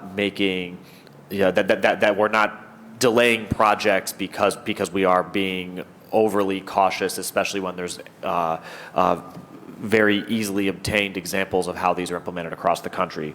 I would also encourage, and I'll scoot away from Councilman McCormick as I say this is not specifically against the Loop. I have no issue with the Loop. The Loop looks like a great project. I would use it. I just want to encourage, as we look for a third project, to maybe consider a neighborhood that is a little further flung from downtown. I think that there is cynically, I will say, I think that there's maybe a concentration of people living downtown and in neighborhoods near downtown that are well connected, know how to connect with government, and are very into mobility as a lifestyle, and that I don't want that to drive investments solely. And I will say, in the previous administration, when I brought up things about my neighborhood, the answer that I got was, well, people in your neighborhood don't want that. And that's not true, but the prevailing notion seems to be, or one could presume that is a prevailing notion, that this is not something that is desired across the city. And knowing that there are especially areas of town where mobility is not a lifestyle, people might not be able to afford a car, they might need this for real safety reasons. I want us to keep that in the back of our mind and just realize that downtown, yes, is a neighborhood. Thank you. But it is one of many neighborhoods. So thank you for entertaining that. I'm just going to jump and keep going because I want to talk. Can I have a point on that? Go ahead. I would love to see a buffered cycle track from Cam's Corner to downtown along Lorraine Avenue. That's all I'm going to say. I would love it, and I guess my thank you. My parting comment on that is, in some of our outlying neighborhoods, I think that there might be some pretty quick wins from about 150th Street to Cam's Corners. The sidewalk width on the north side is essentially existing. It's a cycle track, so like we just need to paint a line down the middle of it and brand it, and it's done. There are questions coming off of this to Callie through the chair, and it's going to be how can we accomplish these either contractually or through legislation. But just in my observations of using the scooter network, I think we need a little bit more, in some areas, some conformity, and in other areas, a little more prescriptive direction towards the provider. So what I mean by that is there seems to be each network has random no-go zones that turn on or off for special events, and there's no way for the rider to know. I missed the train one time because I had to walk 4 blocks back out of of East 9th because apparently it was turned off for a ball game. The geo zones aren't consistent. Large parts of the city are just absent, especially the further flung neighborhoods, and the providers will argue at the table that this is an equity provision and this helps people make that last mile connection, but you can kind of look at their maps and call that into question. The hours are inconsistent, and then just there's not an even distribution across the city. The reason that people aren't using scooters in my neighborhood is because there's never scooters in my neighborhood. And the reason there's not scooters in my neighborhood is because they don't have any data to show that there's demand for it. So I guess I'm interested in, through policy or legislation, how can we create more consistency for this product? How do we compel them to stock at RTA stations and near public housing and places where we know that there are users, but there might be that we know that suspect there would be demand, but maybe there isn't demand yet to prove it to them, and they are more focused on making money than providing the connectivity, arguably. Go ahead. Thanks to the councilman through the chair. We know that the special event no ride zones are an issue for riders and have begun talking about how we can pull those in closer so that there is safety around stadiums with crowds, but it doesn't impede commuting on adjacent roads. So that is a city regulation that we're revisiting and hope to make more user-friendly. Same with the hours of operation. So for scooters right now, our permitted hours of operation are from 5 in the morning to 9 at night. We know that cuts off a lot of people, especially in the nighttime. E-bikes should be available for 24 hours a day under our existing regulations. But again, those are two things that we know aren't working great for users, and we're in conversations with operators and city leaders about updating those. Also, the rebalancing locations where operators are allowed to set scooters out are prescribed by the city. When we launched in 2019, there was a desire to start in a smaller area in the downtown area and see how it went. And we're now at sort of what I refer to as our phase 2. Like it's time to push out. It's time to expand that access. We've learned about how these things work. We have relationships with operators and understand what their technological abilities are. And the map that I showed of parking areas is part of that phase 2 expansion. So if anyone listening or anyone at the table or community partners has recommendations of additional locations where those should be, please get those to me. I'll take any help I can get in terms of knowing where good placement for those is outside of the downtown core. We did do a walkthrough with RTA for Red Line Station co-location, and would like to expand that to other high-frequency transit areas as well. Gotcha. Thank you for that. And I will certainly get you a list. And I guess my hope is that if Councilman Casey gets off the rapid at Triscuit, there should be 10 scooters available so that he can hop on and go over to Mohican Park. Right there you go. I guess a quick pass. I would like to be a little more involved in the SMART grant. I was involved in the SMART grant when the city applied a couple years ago, and my position at that time was that our grant was a little uninspired, or our proposed project. So I'd be interested in what our trajectory is going to be for that. And then maybe my spiciest take is I'm excited about the Reconnecting Communities work. Do not get me wrong. I guess I would suggest that the inner belt certainly devastated the Near East Side, but the East Shoreway disconnected people from the lake, yes, but it was built on landfill and did not necessarily disrupt existing communities.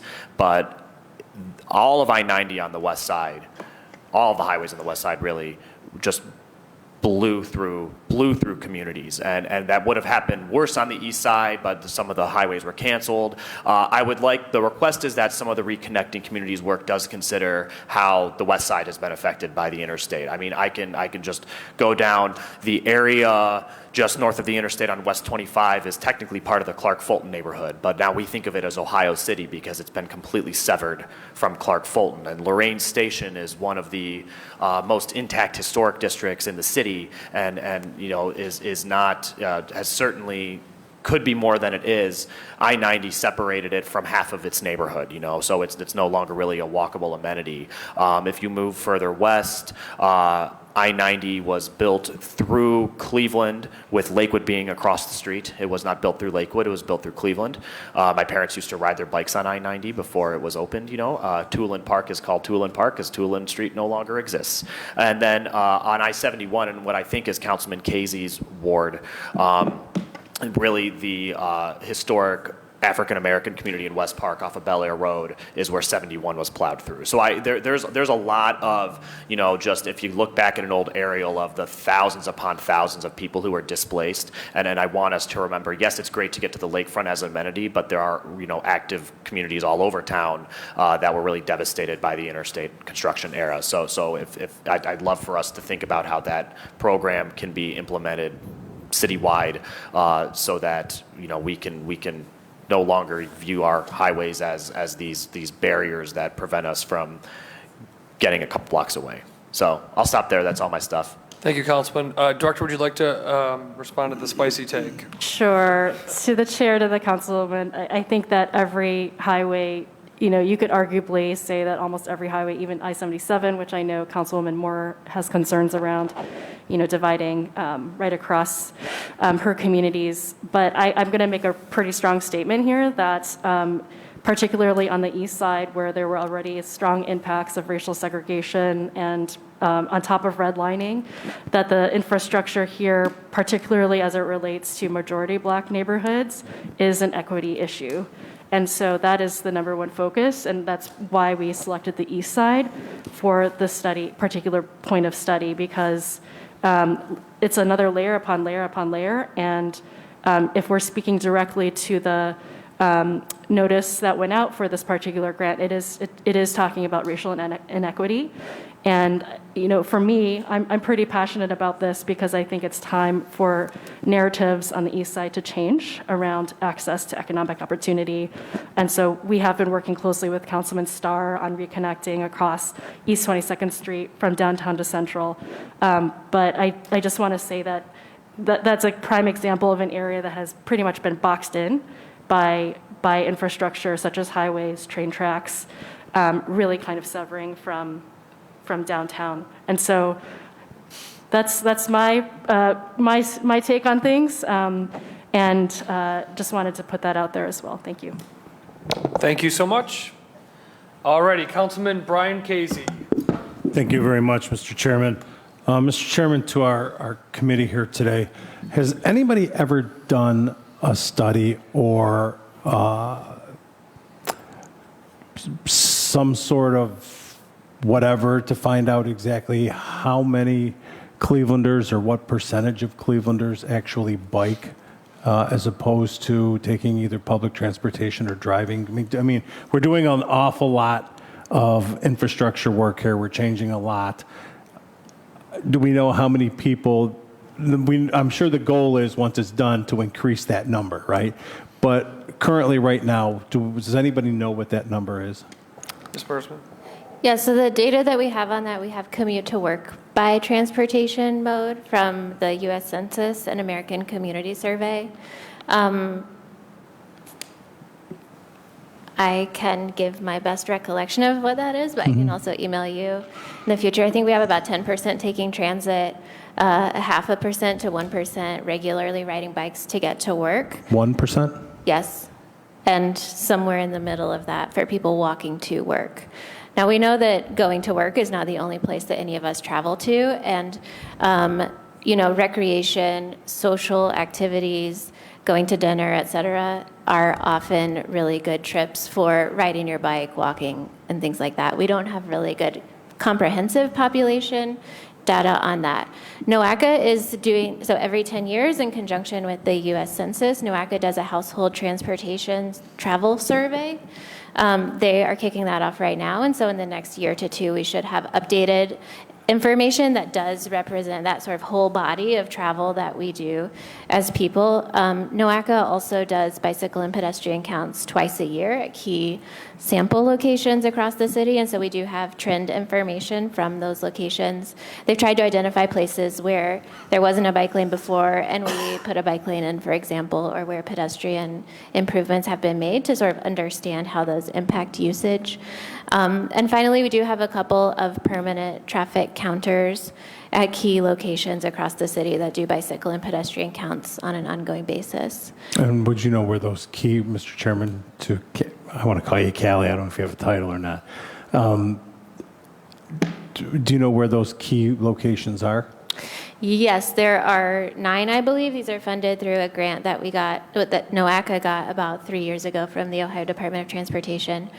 I'm not going to be able to list all 9, but there is one at West 25th in Detroit, one at West 9th Huron in Superior, so both ends of that bridge. There is what's called an eco counter on the multipurpose path on the north side of Lorraine Avenue. There's one somewhere in the East 18th to East 21st range of Superior. There's one at East 79th and Kinsman, one somewhere in the East 156 to Lakeshore range. Good. But we tried to pick locations across the city where there is bike infrastructure. What I'm getting at is I want to piggyback off Councilman's life, right? And that this is an awful lot going into one section of the city, and even the chairman said, this initiative is for the entire city, but we're not focusing on. We're only focusing on one, appears to be one certain section of the city, right? Even though it's a vast majority, right? You get up to the Upper West Side, and we have bike lanes to nowhere, right? I mean, I remember we were doing Lorraine Avenue. I've got a bike lane from 140th to 129th, and it just stops, right? There's nothing there. And also on the west side, in Councilman Slife's ward, we have an entrance to the Metro Parks, right? And we have nothing but to be able to drive into the Metro Parks. Right outside the city, right over the Fairview Bridge, there's another entrance to the Metro Park. So, Mr. Chairman, to our team here is there a plan for the I'll just come out and ask, is there a plan for the far west side? And Director, even when I took you on the tour of my ward, I have a certain section with, 8 to 10,000 residents who are completely landlocked, right? I mean, once we get under a bridge, there's no way to get out of that neighborhood except off of 130th and under those bridges anymore. And there's no way in everything green in the world that I would ride a bike on that section because of how unsafe it is right now. Yeah. Not that I'm going on a bike ride unless I upset Bike Cleveland again anyways, but that's beside the point for me personally because we have to advocate for, everything, right? But we don't see a plan. There's the way, even the bike lanes that are on the far west side of Cleveland, they're just there to be there, right? There's no purpose to them, I guess. There is, but there really isn't. So these observations line up really well with some of the plan updates that we talked about today. I think your observations are very astute that sort of over the past 10 years or so, we have lined up striping bike lanes and installing bike infrastructure with our capital project cycle. And we all know that, there are certain roadway segments that are selected for investment at any given year. Those aren't, they're just like this corridor here, this corridor here, this corridor here, based on need, pavement, condition, et cetera. And we add the bike accommodations when we can. As we're launching this updated mobility plan, it will be a citywide plan. And what our focus is first connectivity. How do you connect the pieces that we have so that they get people places and there are networks that people can use all the way through? And also comfort. So we hear from a lot of residents, and I think we all feel sympathetic to this experience ourselves, that sometimes the Sharrow that's there or the bike lane that's there doesn't feel comfortable, and so we choose not to use it, especially if we have kids or especially if we are older or less confident on a bicycle. So the mobility plan update will set that citywide vision, will include detailed recommendations for neighborhoods across the city, all neighborhoods within the city, about how we should be connecting and what those facilities should look like, what that experience should feel like. And then the implementation piece on that. Once we have our vision, we have our map, we know where the line should go, how do we do that with the resources that we have? How do we pursue grants to bring more resources in?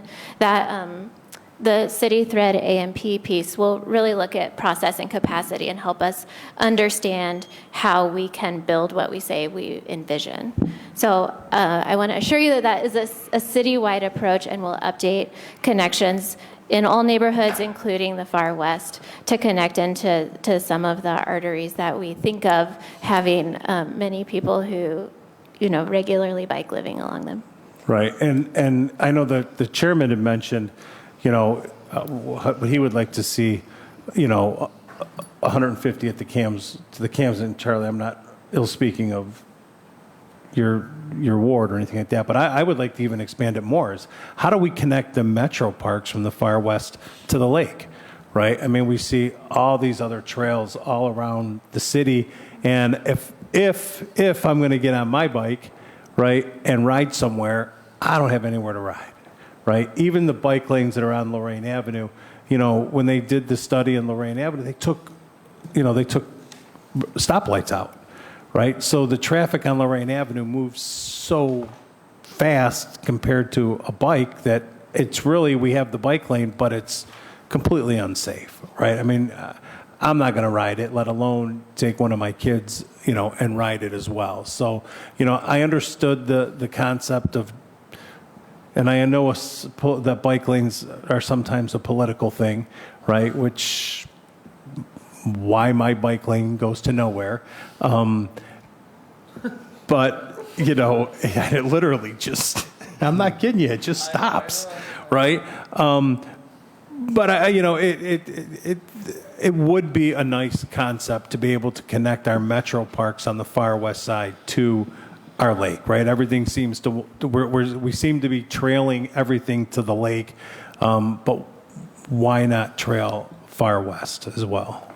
Yeah, to the councilman through the chair, if you're interested in sitting down and looking in more detail, the Cuyahoga Greenways plan does route some of those regional recommendations about connectivity, so we can use that as a starting point and then talk about what your experience has been, where you have those gaps in connection, and that can be a really strong starting point for us in going out to the community and vetting connection options in the planning process. Right, even in your PowerPoint, right, where it's showing pathways and all that other stuff, it just seems to be so heavily concentrated in one area. And it's not like, people on the far west side don't ride bikes either, right? I mean, they do. Whether they'll admit it or not is a whole nother thing, but they do, right? And we would just like to see, at least I would, the part of the neighborhood, the city that I represent, or I would like to see more attention put to trying to connect the far west side to other parts of the city. I mean, it would be cool if I could bike to the West Side Market. Yeah. Right? I mean, it really would, right? It'd be nice if one of my residents could bike to the West Side Market. I would, if I could get there, right? Without having to ride the sidewalk and without, You and Jacob Van Sickle, Councilman, can do a tandem bike together to the West Side Market. He'll do all the pedaling. Yeah, he can pedal. I'll ride, unless there's a side cart on it. But yeah, I just wanted to throw that out there. I mean, it's a great thing, right? What we're doing to try to improve the mobility. Not a fan of the numbers, right? 10% transit and only 1%. I mean, are we doing a lot for such a little, or are we really hoping, like, if we build it, they will come, right? That's the question that we got to ask ourselves when we're putting big capital dollars into something like this. One piece of data that I'll add to that, in our Vision Zero action planning process, we had a public survey that went out to residents. It's not statistically significant, it's just a convenient sample. But we did ask people if they were interested in walking more, biking more, taking transit more, and driving more. And the numbers that came back for that were very stark. Like over 50% of respondents indicated a desire to be able to bike more places and walk more places. So we do think, and anecdotally, I think we hear about people's interest in having infrastructure that supports them to be able to make those choices. Again, maybe it's not like their commute into work every day, but for 2 to 3 to 5 trips a week in their lives as they're moving around, going to the library, going to dinner, whatever, that option's available to them. And Councilman McCormack also alluded to our goals around economic equity, racial equity, health, climate change, et cetera. And so I think that we do hope that those numbers shift over time. I know that we hope that those numbers shift over time and that we're creating a transportation system that does allow people to have choices that cost less, that are more healthy for them and for our air and neighborhoods overall, and that really are more resilient. I mean, I've been thinking, we've heard about hurricanes, we've heard about gas line restrictions, et cetera, and the more that we can help people get themselves to where they need to go over the course of everyday life through ways other than a car that they have to buy and fuel, the more resilient and the more access to opportunity we have. All right, thank you. If you could just send me over the percentages that you have, just if you could email them over or something, I'd appreciate it. Thank you, Mr. Chairman. Thank you, Councilman. Councilman Gray. All right, everybody. It's not going to be long. I just have some questions brought to my mind from all the feedback that everyone else has been talking about, and also what Director Hunt had just said about the east side, has been redlined so long. The new construction is coming over there. The residents are really confused about the new resurfacing, as Director DeRosa and I have been working on the east side right now, because we've been dealing with a lot of meetings and the understanding of how the new resurfacing is going to happen on the east side. So we've been having quite a lot of meetings over there in different sections. And by me being a new council in Ward 4, I have a lot of meetings not only on the North and South Moreland resurfacing. I have meetings on the Woodhill Homes. Transformation in that area too. So I'm all over the place in Ward 4 because a lot of questions has been coming up of the new construction as well as the opportunity corridor. So some of my questions is pertaining to, like Director Hunt said, is redlining. Now the resident on the southeast side, are looking to have that new resurfacing, but this is the first time this engagement has been happening in years. And I think that's another reason why NPs and DeRosa and Director DeRosa is setting up the meeting on November 10th at Zama, Georgia, along with wards 6, 2, 1, and 4, to communicate the new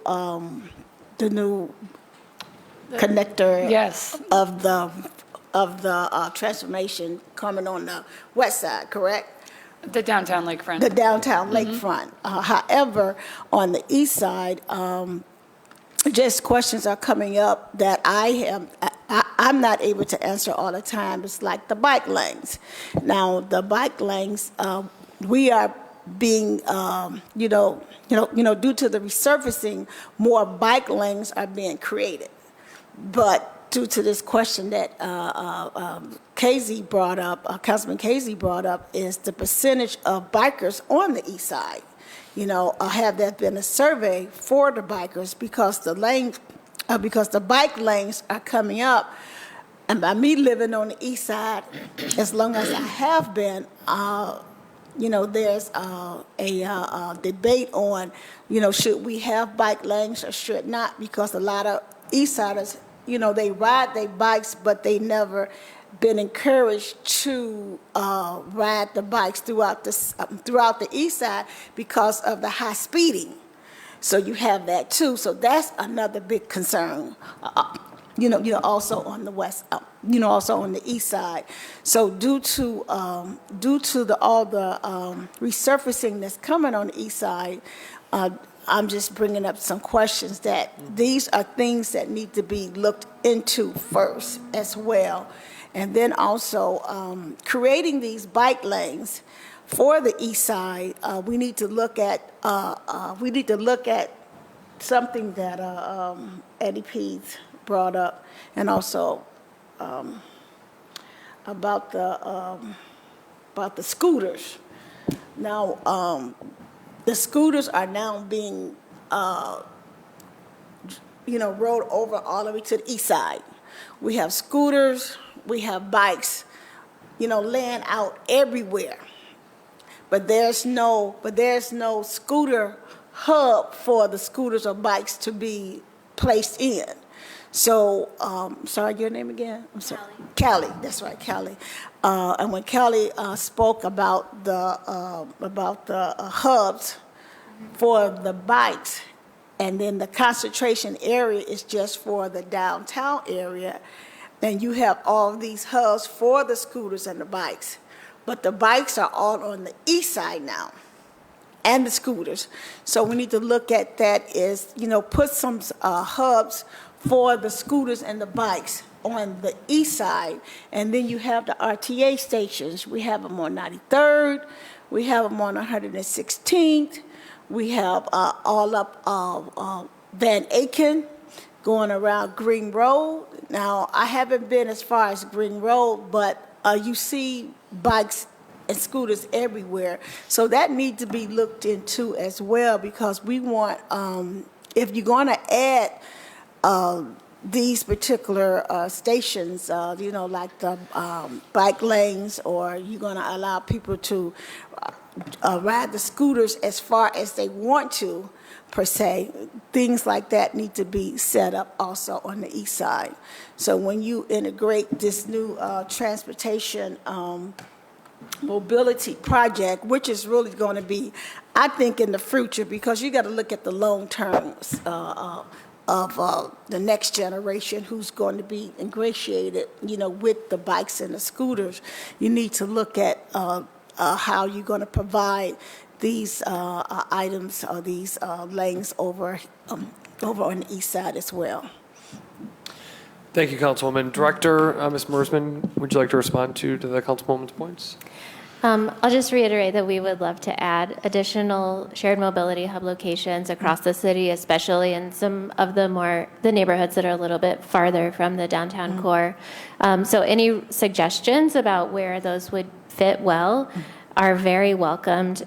When we are restricted to adding them only in the public right-of-way, it can, you know, sidewalks are very narrow. We do need to be sure and maintain that walkway, but we also have the ability to communicate to our operators where there might be private property, like if a restaurant wants a hub or a parking area on their own property, we can share that with operators and make sure that that is part of the system as well. So we have public right-of-way kind of under our jurisdiction that we can provide parking locations in. When there's not space there, we can work with private property owners to add that. So again, I just encourage people to send recommendations of locations to me. The city's really big, and we've tried to cover as many sites as possible, but help from people that are living and working in these places is welcomed.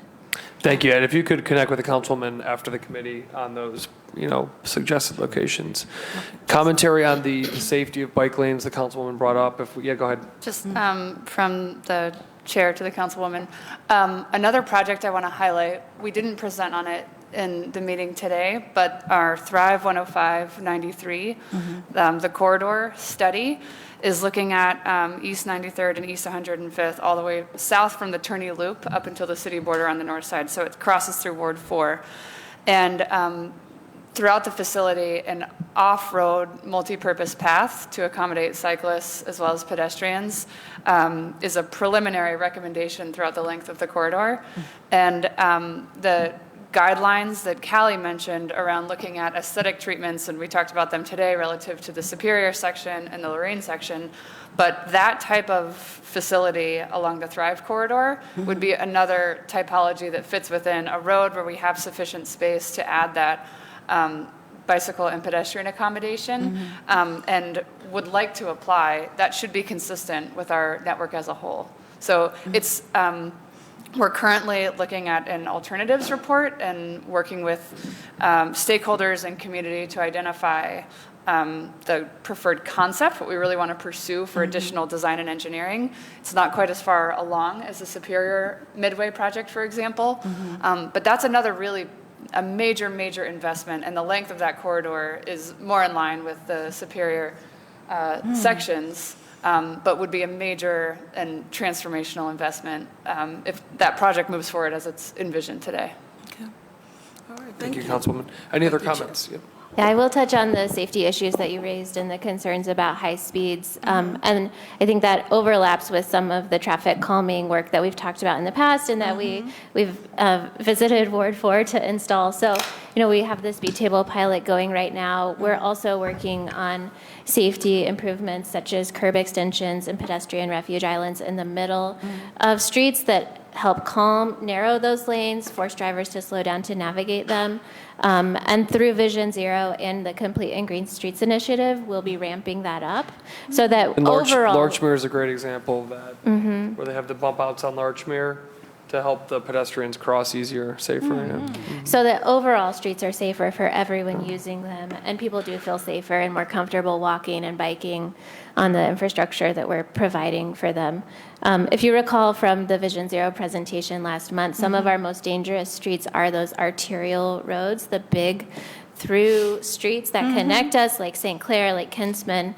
And so there are things that are appropriate for neighborhood streets to slow drivers down that we can't just put out on really large state routes, but there are other strategies that we're working for on those streets. So look forward to continuing the conversation. I think you hit the nail on the head with some of the challenges of overall safety. Okay, thank you. And also, Chair, you just brought up a point about those bump outs on Larchmere.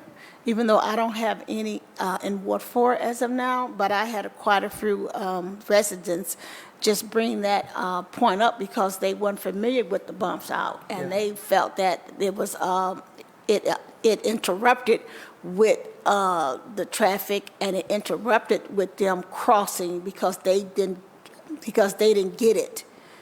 They didn't, I don't know what meeting it was presented in a Ward 6 meeting per se, but I'm just saying that some of the residents that don't know about precincts or wards and they don't care, they just brought up the question about why are these bumps out here, and I don't understand why, and it's like it takes up more space than none. So if someone can just answer that question. Yeah, and I would just say, too, that I think it's another reason to highlight why the educational component is so important, too, to talk to residents about what the city's doing. Go ahead, Director. Yeah, through the councilman to the councilwoman. So it is, the city was involved in that project, but there wasn't a lot of outreach because it's an ODOT project. But I can tell you that it was all safety related, where they chose to put them in Larchmere and also Little Italy.